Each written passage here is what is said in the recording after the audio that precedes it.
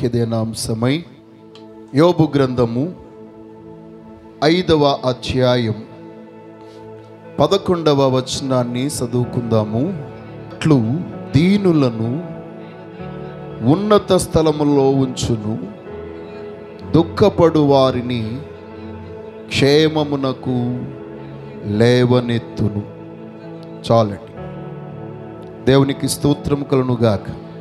హల్లెలూయా. చదవబడినటువంటి వాక్య భాగంలో నుండి దేవుడు మనతో మాట్లాడునుగాక. ఈ ఒక్క వాక్యాన్ని ఒకంత మనం పరిశీలన చేద్దాం. అట్లు ఆయన దీనులను ఉన్నత స్థలములలో నిలబెట్టును, దుఃఖపడు వారిని క్షేమమునకు లేవనెత్తు. దేని బిడ్డలారా, ఈ మాటలు పలికినది ఎలీఫాజు. యోబు తన జీవితంలో భయంకరమైనటువంటి శోధనకు గురి అయి, శ్రమల పాలై, కష్టములలో ఉన్నాడని ప్రాముఖ్యముగా 3 స్నేహితులు ఆలకించారు. ఆ స్నేహితులలో ప్రముఖుడైనటువంటి వ్యక్తియే ఎలీఫాజు. తాను మాట్లాడినటువంటి విషయాలన్నీ కూడా మానవునికిని దేవునికిని మధ్య ఉన్నతమైన సంబంధాన్ని తెలియజేసే విషయాలే మాట్లాడాడు.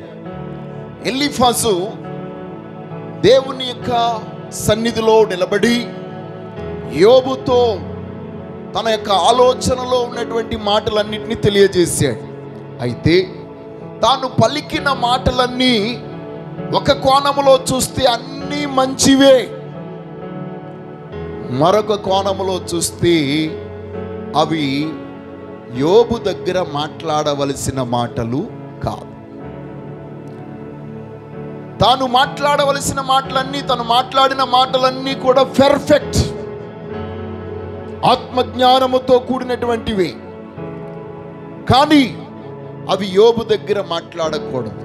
కారణమేమనగా, ఎంతటి ఆత్మీయుడైనా ఎదటి వ్యక్తి యొక్క జీవితంలో కష్టము కలిగినప్పుడు, శ్రమ కలిగినప్పుడు అతన్ని ఓదార్చడానికి బదులు తనలో ఉన్నటువంటి తప్పిదాలను ఎత్తి చూపించడానికి ప్రయత్నం చేస్తూ ఉంటే, ప్రియమైన వారులారా, ఎదుటి వారికి కష్టం కలిగింది కాబట్టి వారు మనకంటే పాపులని మనం ఎప్పుడూ భావించకూడదు. దేవునికి స్తోత్రం. ఎలీఫాజు చేసినటువంటి ఆ స్టేట్మెంట్లో కొన్ని విషయాలు ఈరోజు నేను మీతో పంచుకోవాలని ఆశపడుతున్నాను.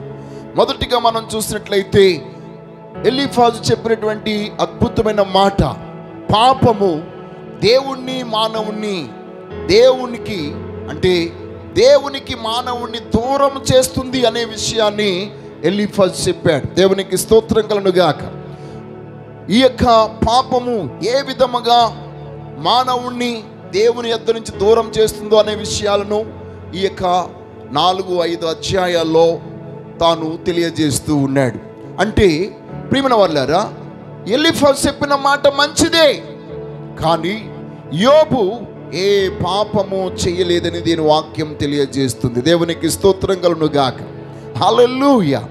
కానీ ఈ యొక్క యోబు దగ్గరే ఇతడు అంటున్నాడు, నీవు పాపం చేసి ఉన్నావేమో, అందుకే దేవుడు నీకు దూరమై ఉంటాడు అనే విషయాన్ని చెప్తూ ఉన్నాడు. ఆ ఎలీఫాజు యొక్క ప్రసంగం అంతట్లోనూ, సంభాషణ అంతట్లో మనం చూసినప్పుడు ఈ మాటలు కనబడుతూ ఉంటాయి. రెండవదిగా మనం చూసినట్లయితే ఈ యొక్క ఎలీఫాజు చెప్పినటువంటి మాట, పాపము దేవునికి దూరం చేయడం మాత్రమే కాదు, పాపం వల్లనే శ్రమలు వస్తాయి అని అన్నాడు. శ్రమ ఎందుకు కలుగుతుంది? పాపం వలననే. అవును, అపోస్తలుడైన పౌలు కూడా తెలియజేశాడు, పాపం వలన వచ్చు జీతము మరణం. ఈ యొక్క ఎలీఫాజు చెప్పిన మాటలన్నీ కొత్త నిబంధనలోను పాత నిబంధనలో కూడా కోట్ చేయబడ్డాయి. ఎందుకంటే అతడు చెప్పినటువంటి మాటలు అలాగే ఉన్నాయి గనుక. అయితే యోబు దగ్గర ఇతను చెప్పాడు, అందుకొరకే దేవుడు ఇతనికి తీర్పు తీర్చాడు. దేవునికి స్తోత్రం కలుగునుగాక. కాబట్టి శ్రమ ఎందుకు కలుగుతుంది? కష్టం ఎందుకు కలుగుతుంది, అవమానం ఎందుకు కలుగుతుంది? పాపం వల్లనే. కాబట్టి నీ పాపాన్ని విడిచిపెట్టు అనే మాట ఎలీఫజు వాడాడు. మూడవదిగా మనం చూసినట్లయితే విమోచన కార్యక్రమంలో దేవుడే శక్తిమంతుడు. దేవుడు తన శక్తి ద్వారా ఎంతటి భయంకరమైన బంధకాల్లో ఉన్నవారినైనా విమోచించగలడనే విషయాన్ని ఎలీఫజు చెప్పాడు. నాలుగవదిగా మనం చూసినట్లయితే దేవుడు తన్ను ప్రేమించు వారిని గద్దించి క్రమశిక్షణలో పెడతాడు అన్నాడు. దేవునికి స్తోత్రం. దేవుడు ప్రేమించే వారిని ఏం చేస్తాడట? ఎవరినైతే ఆయన ప్రేమిస్తున్నాడో వారిని గద్దిస్తాడు, వారిని సరిచేస్తాడు, వారి యొక్క జీవితాలను మరి సరైన మార్గంలో నడిపింపజేస్తూ ఉంటాడు. అందుకొరకే జ్ఞాని సొలొమోను కూడా మాట చెప్పాడు, యెహోవా ప్రేమించు వానిని ఆయన గద్దించును, యెహోవా గద్దించు నరుడు ధన్యుడు. కాబట్టి ఈ యొక్క సమయంలో ఇంకొక అద్భుతమైన మాట, ఏ తండ్రి అయితే తను ప్రేమించే కుమారుని గద్దిస్తాడో ఆ రీతిగానే దేవుడు కూడా తన యొక్క బిడ్డలను గద్దించును అనే మాట చూస్తున్నాం. కాబట్టి ఎలీఫజు చెప్పినట్లుగా దేవుడు గద్దించువాడు, దేవుడు క్రమశిక్షణలో పెట్టేవాడు. ఆయన గద్దిస్తున్నాడంటే మన మీద ద్వేషము కలిగి కోపము కలిగి కాదు. మనము పాడైపోవడం ఆయనకి ఇష్టము లేక, మనము చెడిపోవడం ఆయనకి ఇష్టము లేక ఆయన మనలను సరిచేయడం కొరకే గద్దిస్తున్నాడు. దేవునికి మహిమ కలుగును గాక. హల్లెలూయా. మూడవదిగా మనం చూసినట్లయితే దేవుడు తన్ను నాలుగవదిగా దేవుడు తన్ను ప్రేమించు వారిని ఏం చేస్తాడు? క్రమశిక్షణలో గద్దించి క్రమశిక్షణలో పెడతాడు. దేవునికి స్తోత్రం. ఐదవదిగా మనం చూసినట్లయితే ప్రియమైన బిడ్డలారా, దేవుడు ఒక వ్యక్తిని సంపూర్ణునిగాను పునరుద్ధరింపజేసేవాడిగా చేయుట కొరకై తన శక్తినంతటిని ఉపయోగిస్తాడు. అంటే ఏ వ్యక్తినైనా, ఎంత హీన స్థితిలో పడిపోయిన వ్యక్తినైనా ఆయన మరలా లేపగలడు. దేవునికి స్తోత్రం. ఎంత దీన స్థితిలోనికి వెళ్ళిపోయినా ఆ దీన స్థితిలో ఉన్నవాడిని అంత ఉన్నత స్థితిలోనికి లేపగలడానికి దేవుడే శక్తిమంతుడు. దేవునికి స్తోత్రం. హల్లెలూయా, హల్లెలూయా. అంతేకాకుండా మనం గమనించినట్లయితే ఆ సర్వాధికారి అయినటువంటి దేవాది దేవుడు ఆయన మన యొక్క జీవితంలో దీర్ఘకాలము జీవించడానికి, మన యొక్క పేరు, మన యొక్క పలుకుబడి అంతా కూడా దీర్ఘకాలము ఉండడానికి చెయ్యగలిగే శక్తిమంతుడిగా ఆయన ఉన్నాడు. దేవునికి స్తోత్రం కలుగునుగాక. హల్లెలూయా. కాబట్టి ఈరోజు ఆ గొప్ప దేవుడు, ఏడవదిగా అంటాడు ఎలీఫజు, దేవుడు మనందరి జీవితాల్లో ఉన్నతమైన స్థితిలో నడిపించగలిగే మూలములన్నీ ఆయనలోనే ఉన్నాయి. ఆయన మాత్రమే ఉన్నతమైన స్థితిలో నడిపిస్తాడు, ఆయన మాత్రమే ఉన్నతమైన ఆశీర్వాదం ఇస్తాడు, ఆయన మాత్రమే ఒక వ్యక్తిని హెచ్చించగలడు, ఆయన మాత్రమే ఎవరినైనా ఏమైనా చెయ్యగలడు. అలాగా చెప్పినటువంటి ఈ వ్యక్తి ఈ యొక్క విషయాలన్నీ చెప్పుకుంటూ 11వ వచనానికి వచ్చినప్పుడు ఆయన అంటాడు, అట్లు ఆయన దీనులను ఉన్నత స్థలములో ఉంచును అంటున్నాడు. ప్రియమైన బిడ్డలారా, ఈరోజు మన యొక్క జీవితంలో ప్రతి ఒక్కరూ కూడా, ఈ లోకంలో జీవించే ప్రతి ఒక్కరూ కూడా ఉన్నతమైన వారిగానే ఉండాలనుకుంటారు, గొప్పవారిగానే ఉండాలనుకుంటూ ఉంటారు. మరి అలాగ ఉండగలగాలంటే మన బ్యాక్గ్రౌండ్, మన నేపథ్యం అంత గొప్పది కాదు. మన పితరులు రాజులు కాదు, రాజుల వంశము కాదు, వారు ఆ యొక్క స్థితిలో ఉన్నవారు కాదు. కోటాను కోట్ల రూపాయలు ఏమి బ్యాంక్ బ్యాలెన్స్లే మన వాళ్ళకి లేవు. మరి అలాంటి స్థితిలో ఉన్నటువంటి మనం, అంత దీన స్థితిలో ఉన్నటువంటి మనము ఎలాగ మనము లేవనెత్తబడగలము, ఎలాగ ఉన్నతమైన స్థితిలోనికి వెళ్ళగలము? ప్రియమైన వాళ్ళారా, ఈరోజు మన యొక్క జీవితంలో నీవే స్థితిలో, ఎంత హీనమైన స్థితిలో, ఎంత దీనమైన స్థితిలో ఉన్నప్పటికీ నీవు నీ దీన స్థితిని ఆ దేవుని యొక్క బలిష్టమైన చేతికి కనుక అప్పగించుకుంటే ఆయన నిన్ను ఎంత ఎత్తికైనా ఎత్తేస్తాడు. దేవునికి స్తోత్రం కలుగునుగాక. హల్లెలూయా. అందుకొరకే ఒక ఎఫ్రాయిము మన్యములో నివాసం చేస్తున్నటువంటి ఒక సహోదరి ఈ విషయాన్ని ఎరిగి ఉన్నది గనుక తన దీన స్థితి ఎవ్వరూ మార్చలేరు. ఏ వైద్యుడు తన యొక్క స్థితిని మార్చలేడు. ఏ యొక్క కుటుంబంలో ఉన్న ఏ వ్యక్తి తనని ఓదార్చలేరు. తన భర్త సహితము తను ఓదార్చలేడనేటువంటి విషయాన్ని ఎరిగి అన్నిటికీ పరిష్కారము చేయగలిగే దేవుని సన్నిధికి ఆమె వెళ్ళింది. దేవునికి స్తోత్రం కలుగును గాక. హల్లెలూయా. మన్యములో ఉన్న ఆమె దేవుని సన్నిధికి వచ్చింది. ఎప్పుడు దుఃఖములో ఉండే ఆమె దేవుని సన్నిధికి వచ్చింది. కారణం ఏమనగా ఆయన దీనులను లేవనెత్తువాడు, దుఃఖపడు వారిని క్షేమమునకు లేవనెత్తేవాడట. ఇంగ్లీష్ బైబిల్లో ఉంది, ఆ ఏడ్చేటువంటి వారందరినీ సంతోషముగా he made them happy. వారిని సంతోషమైన వారుగా చేసేస్తాడట. దేవునికి స్తోత్రం కలుగును గాక. హల్లెలూయా. అందుకొరకే ఆమె ఒక పాట రాసింది.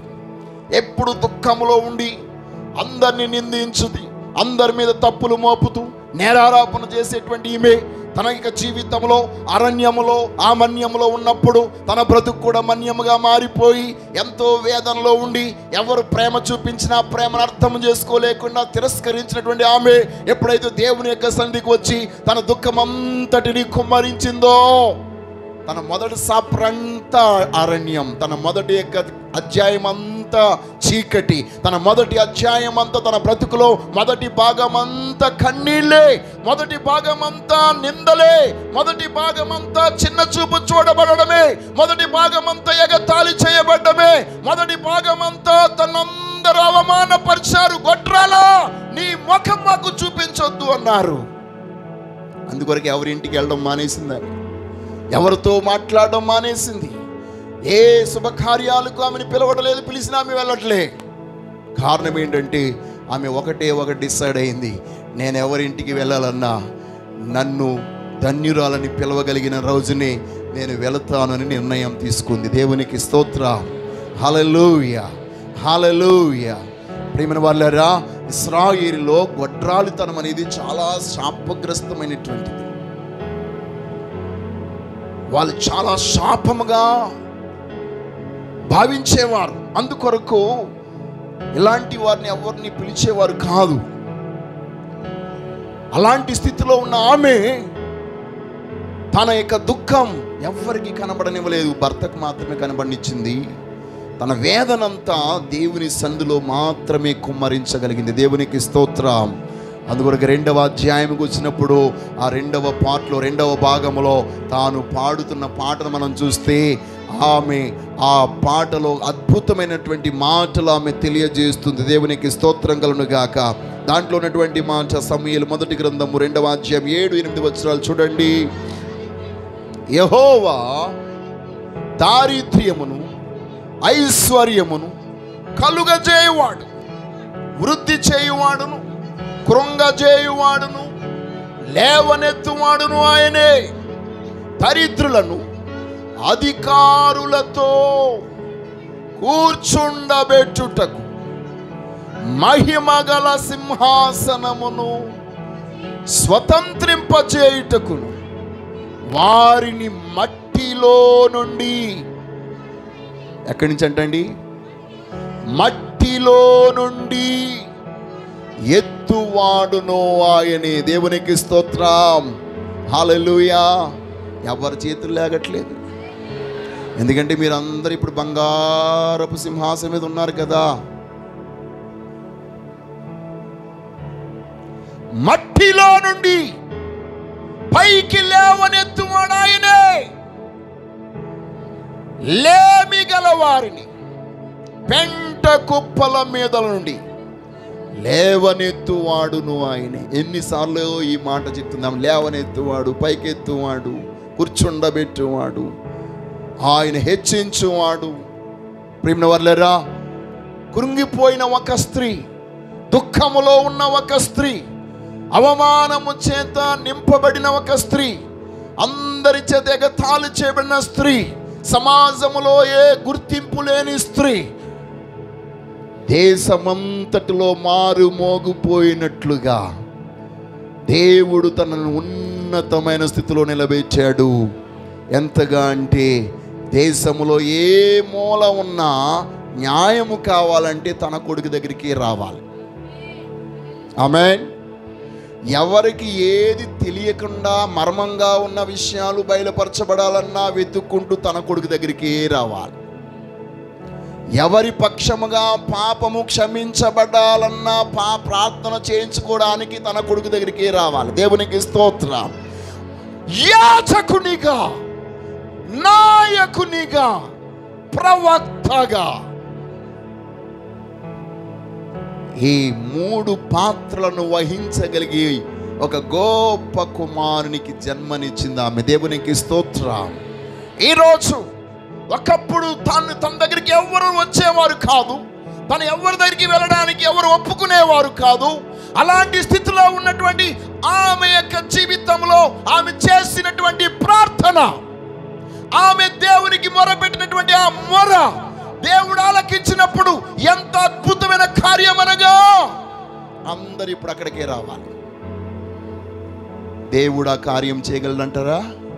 చేస్తాడు. నమ్మిన వారికి ఆయన కార్యములు జరిగించువాడు. దేవునికి స్తోత్రం.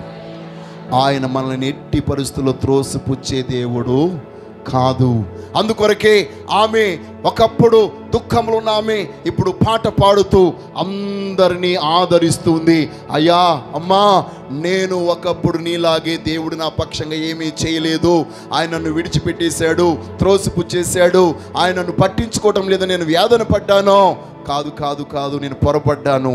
నిశ్చయముగా దేవుడు దీనులను పైకి లేవనెత్తువాడు. దేవునికి స్తోత్రం. దుఃఖపడు వారిని క్షేమమునకు ఆయన లేవనెత్తుతాడు. నిశ్చయముగా ఈ కార్యం నా బ్రతుకులో జరిగింది, నీ బ్రతుకులో కూడా జరుగుతుందని ఆమె సాక్ష్య రూపంలో చెప్తుంది. ఈ రోజు దేవుడు మనందరి బ్రతుకులలాగా జరిగించును గాక. హల్లెలూయా, హల్లెలూయా. కాబట్టి 2 విషయాలు చెప్తున్నాడు. దీనులను ఆయన పైకి లేవనెత్తువాడు, దుఃఖపడు వారిని క్షేమమున కొరకు లేవనెత్తువాడు. ఈ 2 విషయాలు మనందరి బ్రతుకులో చాలా అవసరం. దేవునికి స్తోత్రం. హల్లెలూయా. కాబట్టి ప్రియమైన బిడ్డలారా, అందుకొరకే కీర్తనకారులను కూడా మనం అడిగినట్లయితే దేవుని యొక్క వాక్యం బహు స్పష్టంగా తెలియజేస్తుంది. కీర్తనకారుడు అంటాడు 91వ కీర్తన 14వ వచనంలో మనం చూసినట్లయితే, అతడు నన్ను ప్రేమించుచున్నాడు గనక నేను అతన్ని తప్పించెదను, అతడు నా నామమున మొరపెట్టగా ఎరిగినవాడు గనుక అతను నేను ఘనపరిచెదను, అది లేవనెత్తెదను. అతడు నాకు మొరపెట్టగా నేను అతనికి ఉత్తరమిచ్చెదను. ఆ శ్రమలో నేను అతనికి తోడయ్యుందును, అతన్ని విడిపించి అతన్ని గొప్ప చేయుదును, దీర్ఘాయువు చేత అతన్ని తృప్తిపరచెదను, నా రక్షణ అతనికి చూపించెదను. దేవునికి స్తోత్రం. హల్లెలూయా, హల్లెలూయా. కాబట్టి ఈరోజు మన యొక్క జీవితంలో మనకు మనం ముందుగా హెచ్చించుకున్నటువంటి వారు, గొప్పవారని చెప్పుకున్నటువంటి వారిని చూసినప్పుడు మనం భయపడవలసిన పని లేదు. వారు ఎలాగ హెచ్చించుకొని నీవు దీన మనస్కుడవై, దీన మనస్కురాలవై, జీవము కలిగిన దేవుని యొక్క సముఖంలో ఆయనకి నిన్ను నీవు అప్పగించుకుంటే తగిన కాలమందు ఆయన నిన్ను హెచ్చిస్తాడు. తమ్మును తాము హెచ్చించుకున్న వారితో దేవుడు చెప్తున్నటువంటి మాట, యెహెజ్కేలు గ్రంథము 17వ అధ్యాయం 24వ వచనం. యెహెజ్కేలు గ్రంథం 17వ అధ్యాయం. దాని కొమ్మల నీడను అవి దాగును, మరియు యెహోవానగు నేనే బలమైన చెట్టు, నీచమైన చెట్టును బలమైనదిగాను చేయువాడుననియు, పచ్చని చెట్టు ఎండిపోవునట్లును ఎండిన చెట్టు వికసించినట్లును చేయువాడుననియు, భూమి అందందుండు సకలమైన చెట్లకు తెలియబడును. యెహోవానగు నేనే ఈ మాట సెలవిచ్చితిని, నేనే దాన్ని నెరవేర్చి తిని. దేవునికి స్తోత్రం కలుగునుగాక. హల్లెలూయా. ఒకరిని గొప్ప వృక్షముగాను, ఒకరిని నీచమైన వృక్షముగాను, ఒకరిని ఘనమైన వారిగాను, ఒకరిని ఘనహీనమైన వారిని గాను చెయ్యగలవాడును నేనే అని ఈ భూమి మీద ఉన్న సకల వృక్షాలు తెలుసుకున్నట్లు నేను చేస్తాను. ఇదే యెహోవా వాక్కు, ఇది ఆయన నెరవేర్చును. దేవునికి స్తోత్రం. ఏ విషయం గురించి అని చెప్తున్నాడు? దేవదారు వృక్షాలు ద్రాక్షావల్లిని చూచి మేము చాలా గొప్ప వాళ్ళం, మేము ఉన్నతమైన శిఖరము కలిగినటువంటి వాళ్ళం, ఎత్తైన అందరికంటే ఎత్తైన రీతిలో మేమున్న వాళ్ళం, ఎవరైనా మమ్మల్ని చూస్తే తల ఎత్తే చూడాలి. దేవునికి స్తోత్రం అని ద్రాక్షావల్లిని ఎగతాళి చేస్తున్నాయట. దేవుడు ఆ అధ్యాయం అంతయు మనం చూస్తే బబులోనీయులు మహావృక్షముగా భావించి ఇశ్రాయేలీయులను నీచపరిచి వారిని అవమానపరిచి చెరపట్టుకుని తీసుకుని పోయి వారిని కాళ్ళతో తొక్కడం కొరకు వారి ఇష్టానుసారంగా చేస్తూ ఉన్నప్పుడు సర్వాధికైన దేవుడు ప్రవచనాత్మకంగా చెప్పిన మాటే ఇది. ఏ చెట్టు అయినా అది గొప్పదవ్వాలన్నా, అది కించపరచబడాలన్నా నా చేతిలోనే ఉంది, నేనే చేయగలను ఆ పని. కాబట్టి ఈరోజు ప్రియమైన వాళ్ళారా, యోబు యొక్క గ్రంథములో ఎలీఫాజు చెప్పినట్లుగా ఆయన దీనులను లేవనెత్తును అనేటువంటి మాట. ఎవరైతే తమను తాముగా ఆ గొప్ప దేవునికి అప్పగించుకుంటారో, ఆయనను ఎవరైతే నమ్మి విశ్వసించి ఆయన మీద ఆనుకుంటారో, నిశ్చయముగా వారిని ఆయన పైకి లేవనెత్తువాడు. కాబట్టి ఈరోజు దేవుడు మిమ్మల్ని లేవనెత్తాలంటే ఇంటికి వెళ్ళిన తర్వాత చదవండి. యాకోబు పత్రిక 4వ అధ్యాయం 6వ వచనం నుండి ఇంటికి వెళ్ళిన తర్వాత చదివితే అక్కడ చాలా విషయాలు యాకోబు భక్తుడు రాస్తూ ఉన్నాడు. మన యొక్క జీవితంలో ఆ గొప్ప దేవుని యొక్క ఉన్నతమైనటువంటి కృపకు మనం పాత్రులం అవ్వాలంటే ఆయన తగిన కాలమందు మనల్ని హెచ్చించినట్లు దీన మనస్కులమై ఆ ప్రభు యొక్క సముఖంలో ఉండాలని తెలియజేస్తూ అద్భుతమైనటువంటి మాటలు యాకోబు రాస్తూ ఉన్నాడు. కాబట్టి ఈరోజు నీ జీవిత పరిస్థితులన్నిటినీ ప్రభువుకు అప్పగించు. సమయం వచ్చినప్పుడు నిశ్చయముగా ఆయన నిన్ను ఉన్నతమైన స్థితికి అప్పచెప్తాడు. హల్లెలూయా. రెండవదిగా మనం చూస్తే దుఃఖపడు వారిని ఆయన క్షేమమునకు లేవనెత్తే దేవుడు. దేవునికి స్తోత్రం కలుగునుగాక. హల్లెలూయా. దేనికి లేపుతాడటనైనా? దుఃఖపడు వారినైనా క్షేమమునకు లేవనెత్తేవాడు. లూకాసు వార్త 6వ అధ్యాయం 21వ వచనం మనం చూస్తే ప్రభు అయిన యేసుక్రీస్తు వారు స్వయాన చెప్పినటువంటి మాట, ఇప్పుడు ఆకలి గొనుచున్న మీరు ధన్యులు, మీరు తృప్తిపరచబడుదురు. ఇప్పుడు ఏడ్చుచున్న మీరు ధన్యులు, మీరు నవ్వుదురు. దేవునికి స్తోత్రం. ప్రేమ వాళ్ళరా, ప్రభువే స్వయంగా చెప్తున్నటువంటి మాట, ఆకలి గొనుచున్న మీరు ధన్యులు, తృప్తిపరచబడుదురు. ఏడ్చుచున్న మీరు ధన్యులు, మీరు నవ్వుదురు అని ప్రభు చెప్పాడు. ఎందుకంటే మత్తయి సువార్త 5వ అధ్యాయం 4వ వచనంలో మనం చూసిన దుఃఖపడు వారు ధన్యులు, వారు ఓదార్చబడుదురు. ప్రేమ వాళ్ళరా, ప్రభు అయిన యేసుక్రీస్తు వారి యొక్క మొదటి ప్రసంగం, మొదటిగా ఆయన కొండ మీద చేసినటువంటి ప్రసంగంలో ఆయన పలికినటువంటి మాట, దుఃఖపడు వారు ధన్యులు, వారు ఓదార్చబడుదురు. కాబట్టి ఈరోజు అందరూ నీకు దుఃఖాన్ని కలిగించవచ్చు, అందరూ దుఃఖం మీద దుఃఖాన్ని నీకు రప్పించవచ్చు. కానీ సర్వాధికార దేవుడు ఈ రోజు మిమ్మల్ని ఓదార్చడానికి, ఆదరించడానికి, క్షేమములోనికి నడిపించడానికి, సంతోషాన్ని ఇవ్వడానికి, నవ్వు కలిగించడానికి ఆయన శక్తిమంతుడై ఉన్నాడు. ఎంతటి దుఃఖంలో ఉన్న వారినైనా నవ్వించగలిగే శక్తి దేవుని ఆత్మలో మాత్రమే ఉంది. పరిశుద్ధాత్మ కలిగిన వ్యక్తిగా నీ ఉంటే నీ చుట్టూ ఎన్ని రకాలైనటువంటి అవమానాలు, నిందలు, అక్కర్లు, కష్టాలు, శోధనలు, శ్రమలు ఉన్నప్పటికీ నీ ఆత్మ దేవుని అభిషేకము చేత నింపబడింది గనుక దుఃఖాన్ని కలిగించే ఈ వాతావరణం అంతటినీ ఎలా మార్చేస్తుందటండి? నవ్వుగా, ఆనందంగా మార్చేస్తుంది. దేవునికి స్తోత్రం. ఈరోజు దేవుడు అలాంటి శక్తివంతమైన సాధనాన్ని నీ గుండెలో పెట్టాడు. దేవునికి స్తోత్రం. బాహ్యంగా ఎంత భయంకరమైన పరిస్థితులు ఉండని, తిట్టని, అవమానపరచని, ఎగతాళి చేయని, కించపరచని, పట్టించుకోకుండా ఉండని, నీకు అది ఏమి ఎఫెక్ట్ కాదు. నీలో ఉన్నటువంటి ఇంజిన్ బయట ఉన్న వాతావరణం కంటే పవర్ఫుల్ అయింది. దేవునికి స్తోత్రం. వేడిని సహితం చల్లపరచగలదో, ఆ దుఃఖాన్ని సహితము సంతోషంగా మార్చగలదు.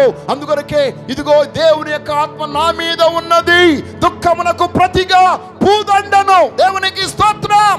ఈరోజు జీవము గల దేవుని యొక్క ఆత్మ ద్వారా మన యొక్క జీవితంలో ఒక శుభవార్త మనకు అందించబడుతుంది. దేవునికి స్తోత్రం కలుగును గాక. దేని బిడ్డలారా, ఈ లోకంలో ఉన్న వార్తలన్నీ చూసిన దాన్ని బట్టి, విన్న దాన్ని బట్టి ఉంటాయి. కానీ ఈ యొక్క సమయంలో సర్వాధికారైన దేవుడు నీ జీవితంలో ఎన్నడూ ఊహించని రీతిలో, నీవెన్నడూ ఇది జరగదు అనుకున్నది కూడా జరిగించగలుగుటకు శక్తివంతమైనటువంటి మాటను ఈ రోజు ఆయన మనకు అందిస్తూ ఉన్నాడు. నీవు నమ్మిన నమ్మకపోయినా ఈ రోజు నీ వద్దకు శుభవార్త వస్తుంది. నీ దుఃఖమునకు ప్రతిగా ఆనంద తైలం, ఆనంద తైలం. ఈ నూనె పోస్తే ఎంత దుఃఖంలో ఉన్నవారైనా నవ్వవలసిందే, సంతోషించవలసిందే, నాట్యము చేయవలసిందే. ఈ యొక్క తైలాభిషేకం, ఈ అభిషేకం నీ మీదకు వస్తే నీ రోగం ఆరోగ్యంగా మారిపోతుంది. చాలా రోగాలు వాతావరణం బట్టి, ఆహారం బట్టి, పరిస్థితిని బట్టి కాదండి. చాలా రోగాలు వచ్చే మానసిక బలహీనతను బట్టి. ఈరోజు నీ మనసు ఆనందిస్తే 100% రోగాలు బయటికి పోతాయి. దేవునికి స్తోత్రం. హల్లెలూయా, హల్లెలూయా. కాబట్టి దుఃఖపడువారు దుఃఖపడుతూ ఉంటే నాశనమైపోతారు. కానీ బైబిల్ చెప్తుంది అలాంటి వారిని క్షేమములోనికి ఆయన నడిపిస్తాడు. ఏ రోజు దేవుడు మనకు క్షేమం అనుగ్రహించునుగాక, తన ఉన్నతమైన దీవెన అనుగ్రహింపజేయునుగాక. ఈ రోజు నీలోనే ఆ అభిషేకాన్ని ఆయన ఉంచాడు. పెద్ద పెద్ద సేవకులు కాదు, పాస్టర్ గారులో కాదు, ఎవరైతే ఆయన యందు విశ్వాసం ఉంచుతారో వారందరికీ ఆయన తన ఆత్మను అనుగ్రహించేవాడు. అభిషేకము ద్వారా పరిస్థితులను మార్చేవాడు. నీకు శుభవార్త కావాలంటే నీలో ఉన్న పరిశుద్ధాత్మను పెంపొందింపచేయి, నీలో ఉన్న పరిశుద్ధాత్మను ప్రేరేపించు, ఆత్మలో తీవ్రత కలిగి ఉండు, ప్రార్థనలో పట్టుదల కలిగి ఉండు, శ్రమలో ఓర్పు కలిగి ఉండు. అద్భుతం నీ ఎదుట ఉంటుంది. కాబట్టి ఈరోజు ప్రియమైనటువంటి దైవ జనాంగమా, ఆ దేవుడు నీ పక్షంగా ఒక నూతన కార్యం చేయడానికి ఇష్టపడుతూ ఉన్నాడు. అలా మార్చగలగడానికి దేవుడు తన ఆత్మను మనకు అనుగ్రహింపజేశాడు. అందరూ చెప్పండి, ప్రభు ఆత్మ నా మీద ఉన్నది. ఎవరి మీద ఉంది చెప్పండి, ఎవరి మీద ఉంది? మీరు మామూలుగా చెప్తున్నారా, నిజంగా చెప్తున్నారా? చెప్పండి. ఇప్పుడు స్కూల్లో పిల్లలు ఆ ఆ ఆ ఆ ఈ ఈ అని అంటే ఆ టీచర్ బాధపడలేక అంటారు. నేర్చుకునే ఉద్దేశం ఉండదు వాళ్ళకి. అలాగ అనేస్తారు. తర్వాత వాళ్ళు రాయమంటే ఎందుకని అందరూ అన్నారు, వీళ్ళు అన్నారు.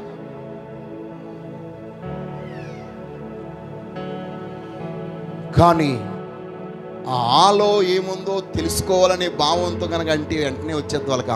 దేవునికి స్తోత్రం. హల్లెలూయా. ఏ రోజు దేవుని ఆత్మ ద్వారా దేవుడు మాట్లాడుతున్న ప్రతి మాట నువ్వు స్వీకరించగలిగితే దేవుని శక్తి చేత నువ్వు నింపబడతావు. నీవిక నీ ఉన్న స్థితిలో నీవు ఉండవు, లేపబడతావు. నీవు దుఃఖములో ఉండిపోవు, క్షేమమున కొరకై నీవు లేవనెత్తబడతావు.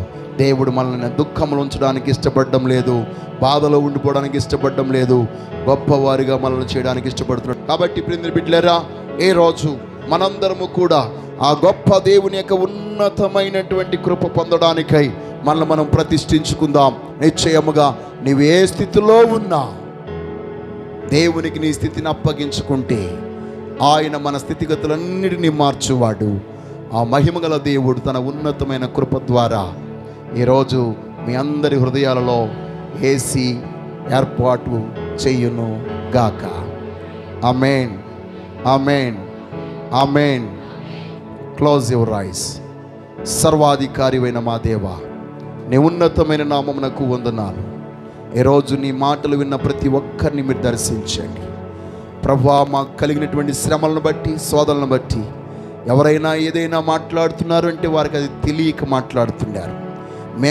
మేము వాటన్నిటినీ పట్టించుకుని హృదయంలో పెట్టుకుని బాధపడకుండా నీ ఆత్మ ద్వారా, నీ వాక్యము ద్వారా ఏది మాకు ప్రయోజనమో, ఏది మాకు శ్రేష్టమైనదో దానిని మాత్రమే స్వీకరించి అనవసరమైన విషయాలలో మేము దుఃఖపడకుండాను, అనవసరమైన విషయాల్లో మమ్మల్ని మేము తగ్గించుకొనకుండాను నీ కృపకు ఎల్లవేళలా పాత్రులుగా ఉండినట్లు సహాయము చేయమని యేసుక్రీస్తు శ్రేష్టమైన నామములో ప్రార్థించుచున్నాము తండ్రి. ఆమేన్. Praise lord.